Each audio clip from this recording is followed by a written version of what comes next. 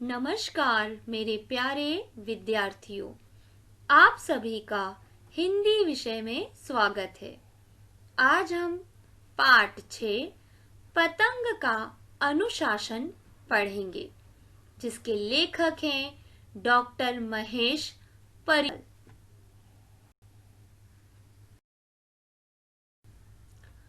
सर्वप्रथम लेखक परिचय। इनका जन्म 1957 को हुआ था।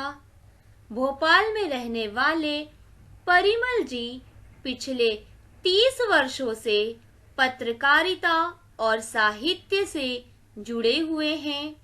विभिन्न पत्र पत्रिकाओं में 700 से अधिक समसामयिक आलेखों का प्रकाशन, विभिन्न भारतीय भाषाओं के ज्ञाता महेश जी वर्तमान में भास्कर ग्रुप में अंशकालीन समीक्षक के रूप में कार्यरत हैं।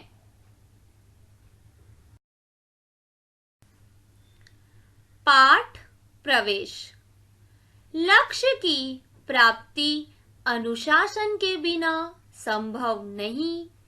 आकाश में उड़ती पतंग को ही देखिए, यदि उसमें अनुशासन रूपी डोर न बंधी हो तो वह पल भर में ही जमीन पर आ गिरेगी।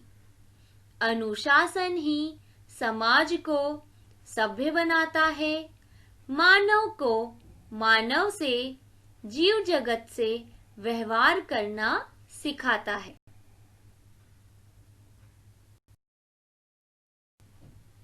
आकाश में तैरती रंग बिरंगी पतंगे भला किसे अच्छी नहीं लगती। एक डोर से बंधी हवा में हिचकोले खाती हुई पतंग कई अर्थों में हमें अनुशासन सिखाती हैं। जरा उसकी हरकतों पर ध्यान तो दीजिए, फिर समझ जाएंगे कि मात्र एक डोर से वह किस तरह हमें अनुशासन सिखाती है। अनुशासन का अर्थ होता है बच्चों नियम पालन। ये आकाश में जो रंग बिरंगे तैरती है ना बच्चों, वो हर किसी को अच्छी लगती है। एक डोर से बंधी हुई हिचकोले खाती हुई पतंग अगर वास्तव में देखें तो वो हमें अनुशासन सिखाती है। जरा उसकी हरकतों पर अगर हम ध्यान से देखें तो खुद ही समझ जाएंगे कि मात्र एक डोर से वह किस तरह से हमें अनुशासन सिखाती है। अनुशासन कई लोगों को एक बंधन लग सकता है। निश्चय ही एक बारगी यह सभी को बंधन ही लगता है, पर सच यह है कि यह अपने आप में एक मुक्त व्यवस्था है जो जीवन को सुचारू रूप से चलाने के लिए अति आवश्यक है। आप याद करें, बरसों बाद जब माँ पुत्र से मिलती है तब उसे वह कसकर अपनी बाहों में भींच लेती है। क्या थोड़े ही पलों का वह बंधन सचमुच बंधन है? क्या आप बार बार इस बंधन में नहीं बंधना चाहेंगे? यहाँ यह कहा जा सकता है कि बंधन में भी सुख है। यही है अनुशासन। बच्चों, अनुशासन कई लोगों को लगता है कि एक बंधन है और हर किसी को एक बार अवश्य ही यह लगता है, लेकिन अगर वास्तव में आप देखें तो अनुशासन अपने आप में एक मुक्त व्यवस्था है, वो आजाद है। क्योंकि अगर जिसके जीवन में अनुशासन है, जो अनुशासित पूर्वक जीवन जीता है, उसका जीवन बहुत ही सुचारू रूप से, सुचारू का अर्थ होता है बच्चों अच्छी तरह से, उसका जीवन बहुत ही अच्छी तरह से चलता है। तो अनुशासन जीवन को अच्छी तरह से चलने के लिए अति आवश्यक है। आप उदाहरण दे सकते हैं अनुशासन से संबंधित कि जिस तरह से बहुत वर्षों बाद अगर माँ अपने पुत्र से मिलती है तो उसे कसकर अपने बाहों में भींच लेती है, अर्थात कस के पकड़ लेती है, जकड़ लेती है। क्या वो थोड़े ही पल का जो बंधन होता है, क्या सच में वो बंधन होता है? नहीं, उस बंधन में हमें सुख प्राप्त होता है। माँ की बाहों में एक सुख का अनुभव होता है। इसी को हम कह सकते हैं, यही अनुशासन है जो हमें बंधन में भी सुख की खुशी प्रकट करवाता है। अनुशासन को यदि दूसरे ढंग से समझना हो तो हमारे सामने पतंग का उदाहरण है। पतंग काफी ऊपर होती है, एक डोर ही होती है जो उसे संभालती है। बच्चा यदि पिता से कहे कि यह पतंग तो डोर से बंधी हुई है, तब यह कैसे मुक्त आकाश में विचर सकती है? तब यदि पिता उस डोर को ही काट दे तो बच्चा कुछ देर बाद पतंग को जमीन पर पाता है। बच्चा जिस डोर को पतंग के लिए बंधन समझ रहा था, वह बंधन ही था जो पतंग को ऊपर उड़ा रहा था। यही बंधन है अनुशासन। तो बच्चों, यहाँ पर हमने पतंग के द्वारा अनुशासन को समझा। गुजरात और राजस्थान में मकर संक्रांति के अवसर पर पतंग उड़ाने की परंपरा है। परंपरा का अर्थ होता है बच्चों रीति, प्रथा। इस दिन लोग पूरे दिन अपने छत पर रहकर पतंग उड़ाते हैं। क्या बच्चे, क्या बूढ़े, फिर युवाओं की बात ही क्या। पतंग का यह त्योहार अपनी संस्कृति की विशेषता ही नहीं अपितु आदर्श व्यक्तित्व का संदेश भी देता है। आइए जाने पतंग से जीवन जीने की कला किस तरह सीखी जा सकती है। बच्चों, गुजरात और राजस्थान में मकर संक्रांति के अवसर पर पतंग उड़ाने की परंपरा है और आधुनिक समय में यह परंपरा सिर्फ गुजरात और राजस्थान में ही देखने को नहीं मिलती। देश के अन्य राज्यों में भी यह परंपरा हमें देखने को मिलती है। इस दिन पूरे दिन लोग छत पर रहकर पतंग उड़ाते हैं। चाहे बच्चे हो, बूढ़े हो और युवाओं की तो बात ही क्या, अर्थात हर वर्ग मिलकर पतंग उड़ाता है। पतंग का यह त्योहार अपनी संस्कृति की ही विशेषता नहीं बताता, साथ ही हमें आदर्श व्यक्तित्व का संदेश भी देता है। तो बच्चों, आगे हम देखते हैं कि पतंग माध्यम से किस तरह से पतंग हमें जीवन जीने की कला सिखाती है।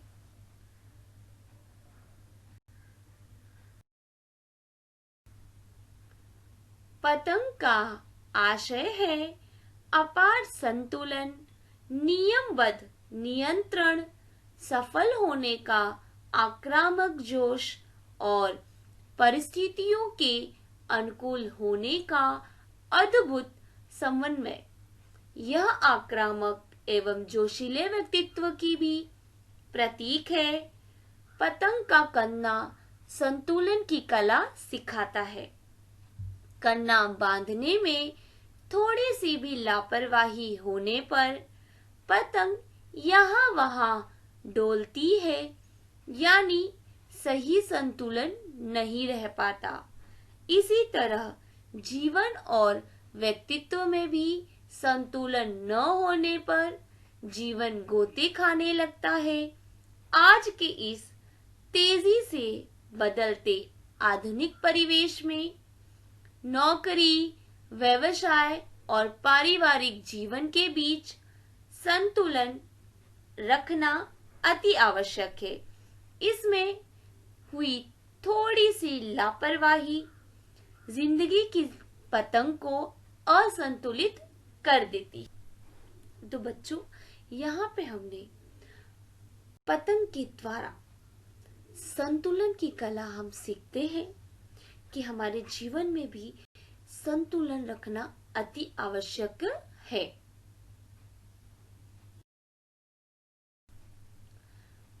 पतंग से सीखने लायक दूसरा गुण है नियंत्रण। खुले आकाश में उड़ने वाली पतंग को देखकर लगता है कि वह अपने आप ही उड़ रही है, लेकिन उसका नियंत्रण डोर के माध्यम से उड़ाने वाले के हाथ में होता है। डोर का नियंत्रण ही पतंग को भटकने से रोकता है। मानव व्यक्तित्व के लिए भी एक ऐसी ही लगाम की आवश्यकता है। निश्चित लक्ष्य से दूर ले जाने वाले अनेक प्रलोभन मनुष्य के सामने आते हैं। प्रलोभन अर्थात बच्चों लालच। इस समय स्वैच्छिक नियंत्रण और अनुशासन ही उसकी पतंग को निरंकुश बनने से रोक सकता है। पतंग की उड़ान भी तभी सफल होती है जब प्रतिस्पर्धा में दूसरी पतंग के साथ उसके पेंच लड़ाए जाए। पतंग के पेंच में हार जीत की जो भावना देखने में आती है, वह शायद ही कहीं और देखने को मिले। पतंग किसी की भी कटे, खुश दोनों होते हैं। जिसकी पतंग कटती है वह भी अपना गम भूलकर दूसरी पतंग को कन्ना बांधने में लग जाता है। यही व्यावहारिकता जीवन में भी होनी चाहिए। अपना गम भूलकर दूसरों की खुशियों में शामिल होना और एक नए संकल्प के साथ जीवन की राहों पर चल निकलना ही इंसानियत है। संकल्प का अर्थ होता है बच्चों पक्का निश्चय। तो बच्चों, पतंग हमें एक और गुण सिखाती है। वो कौन सा है? नियंत्रण। मानव व्यक्तित्व को भी एक ऐसे ही नियंत्रण की आवश्यकता होती है, अर्थात एक ऐसे ही लगाम की जो उसे बांध के रखे। हो सकता है जीवन में हमें लक्ष्य से दूर ले जाने के लिए अनेकों बार हमें नाना प्रकार के लालच सामने रखे जाते हैं, लेकिन अगर उस समय हम अपने स्वैच्छिक नियंत्रण और अनुशासन के साथ रहे तो हमारे अनुशासन पे कोई भी निरंकुश नहीं लगा सकता। तभी हम वास्तव में सफल भी हो सकते हैं। और सफलता हम अपनी कैसे जा सकते हैं? जब हमारे बीच प्रतिस्पर्धा होगी, तब हम जान सकते हैं हार और जीत की भावना हमें देखने को मिलता है, क्योंकि हम उस स्पर्धा में आगे बढ़ते हैं या हार जाते हैं। अगर हम हार भी गए तो हमें रुकना नहीं है, फिर दुगने उत्साह के साथ वापस अपने लक्ष्य के प्रति हमें आगे बढ़ना है। और यही व्यावहारिकता अर्थात यही जीवन का मूल होता है कि हमें, अगर हमने एक हार जीवन में प्राप्त की तो इसका अर्थ ये नहीं है कि हम हार मान लें। इसका मतलब ये होता है कि हमें अब दुगने उत्साह के साथ वापस अपने लक्ष्य की प्राप्ति की ओर आगे बढ़ना है। सभी पुरानी बातों को भूल के एक नए संकल्प के साथ, एक नए निश्चय के साथ जीवन की राहों पे आगे बढ़ना है। और यही इंसानियत होती है। और साथ ही दूसरों की खुशियों में खुश होना और दूसरों के गम को गम समझना, ये भी एक इंसानियत की निशानी हो।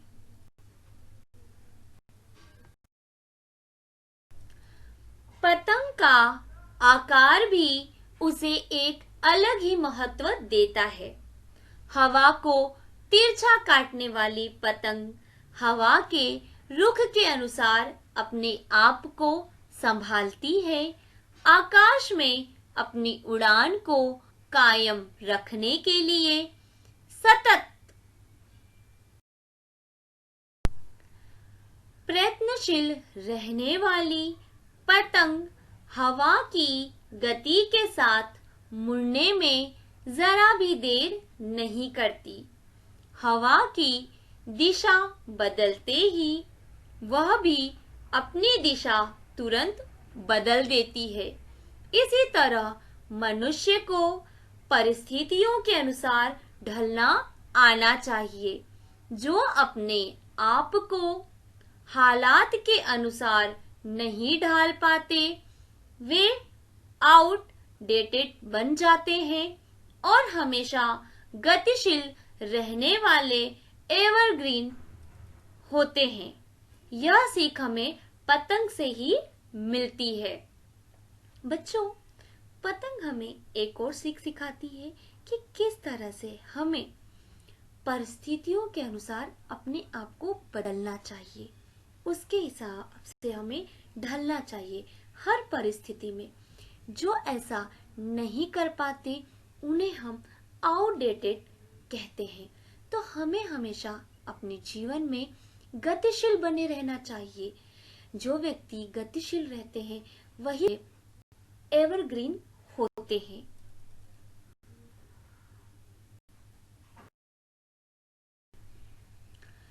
पतंग उड़ाने में सिद्धहस्त व्यक्ति यदि जीवन को भी उसी अंदाज में ले तो वह भी जीवन की राह में सदैव अग्रसर होता जाएगा। अग्रसर का अर्थ होता है बच्चों आगे बढ़ा हुआ।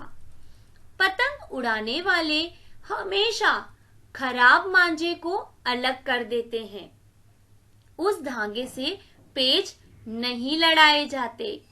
ठीक उसी तरह जीवन में भी ऐसे सबल व्यक्ति पर विश्वास किया जाता है जिस पर जीवन के अनुभवों का मांझा लगा हो। ऐसा व्यक्ति ही हमारे काम आ सकता है। बच्चों, जिस तरह से जो व्यक्ति पतंग उड़ाने में सिद्धहस्त होता है, उसी तरह अगर अपने जीवन में भी वह इसी अंदाज में रहे अर्थात अनुशासन पूर्ण रहे तो अपने जीवन में भी वो सदैव आगे बढ़ता जाएगा। क्योंकि वह अपने जीवन से जो भी कहते हैं ना खराब चीजें होती हैं या बुरी चीजें होती है वो उनको अलग कर देता है। उनके माध्यम से वो परिस्थितियों का सामना करने के लिए नहीं खड़ा होता। ठीक उसी प्रकार से जैसे जीवन में सबल व्यक्ति जो होते हैं उन पर हमें विश्वास करना चाहिए, जिनके पास अनुभव होते हैं, उनके पास अच्छी बातों बुरे बातों हर प्रकार की परिस्थितियों के अनुभव होते हैं।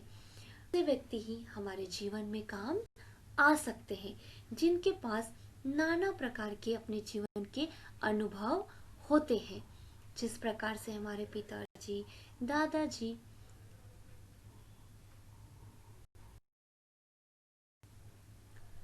धागों में कहीं भी अवरोध या गठान नहीं होती, क्योंकि पेच लड़ाते समय यदि प्रतिद्वंदी का धागा उस गठान के पास आकर अटक गया तो समझो कट गई पतंग। पतंग का धागा वहीं रगड़ खाएगा और डोर को काट देगा। जीवन भी यही कहता है।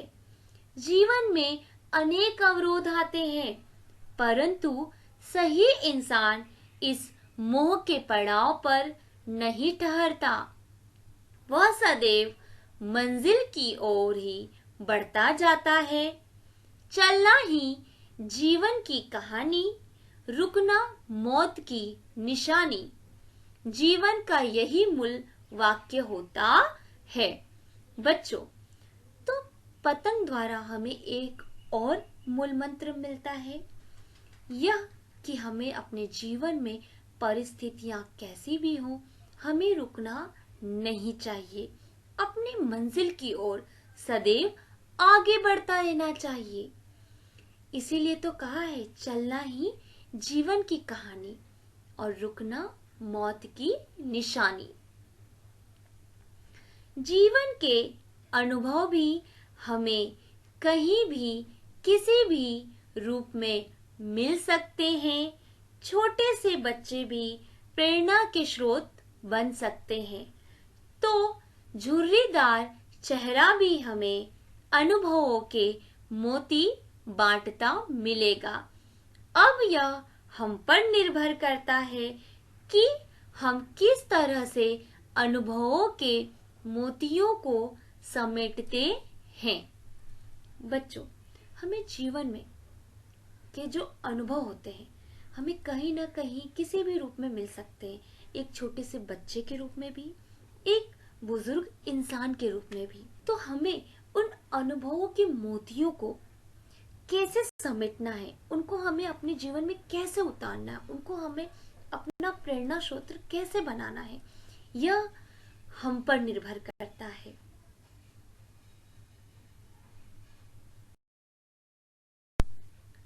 शब्दार्थ लेखन। बच्चों, आपको आपके हिंदी नोटबुक में शब्दार्थ लिखने हैं। पहला शब्द है अनुशासन अर्थात नियम पालन। दूसरा शब्द है सुचारू अर्थात जो अच्छी तरह से हो। तीसरा शब्द है परंपरा अर्थात चलन, रीति, प्रथा। चौथा शब्द है समन्वय अर्थात मिलन या मिलाप। पांचवा शब्द है प्रलोभन अर्थात लालच, लोभ या लालसा। छठा शब्द है संकल्प अर्थात व्रत या पक्का निश्चय। सातवां शब्द है अग्रसर अर्थात आगे बढ़ा हुआ। आठवां शब्द है नियंत्रण अर्थात वश में रखना। नौवां शब्द है भींच अर्थात कसकर खींचना या दबाना। 10वां शब्द है आक्रामक अर्थात हमला या प्रहार करने वाला। 13वां शब्द है स्वैच्छिक अर्थात निजी इच्छा से संबंधित। 12वां शब्द है अवरोध अर्थात रोक। 13वां शब्द है प्रतिद्वंद्वी अर्थात विपक्षी या मुकाबला करने वाला। इसी के साथ मैं अपने शब्दों को विराम देती हूँ। धन्यवाद।